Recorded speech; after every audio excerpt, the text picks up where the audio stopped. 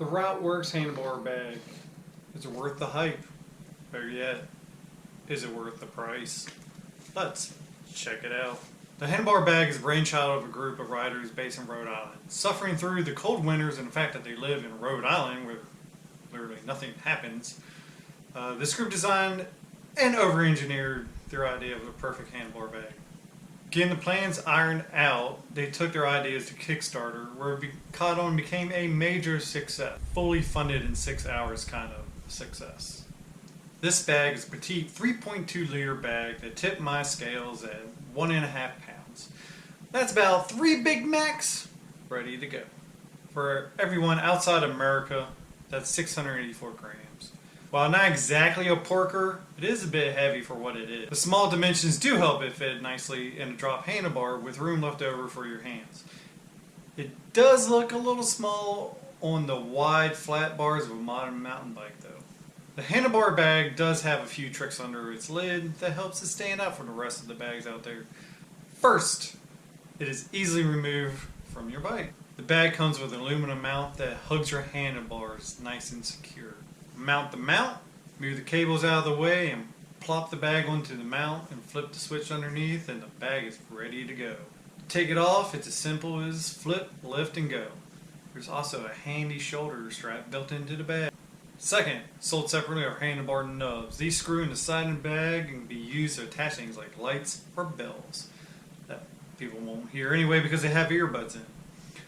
Third is the lid itself. The lid has a bungee cord that's crisscrossed on the top so you can stuff an extra layer of clothing underneath if needed. The cool thing though about the lid is an integrated mount. Once you buy the correct adapter plate, you can use K-Edge or Barfly mounting chips. Between the two, you should be able to mount any cycling computer that's out there.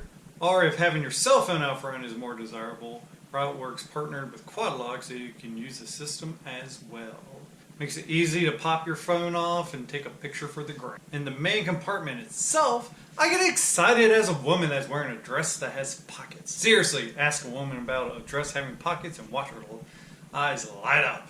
Under the lid is a large main section, one long pocket on the front, 2 smaller ones on the back, and 1 on the lid.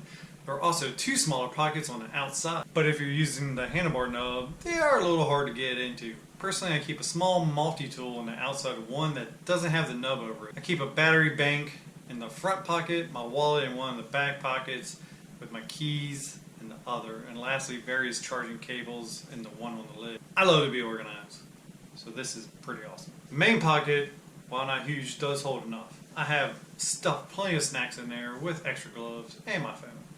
It is also large enough to fit my micro Four Thirds camera and a few lenses. Although it is a tight squeeze, and if you have a full body, it's just not going to fit. So what's it like on the bike? In a word, great. Mounting a computer to the lid puts it right out where it would be with it out front. The handlebar nub allows mounting of a light that the bag will not block. The single latch holding the lid closed is easy to open one-handed, allowing for easy access to stuff inside. Sitting at a cruising speed, it takes no effort to open the lid, grab a snack, and stuff the trash bag inside. I haven't noticed any ill effects to the handling or drag either.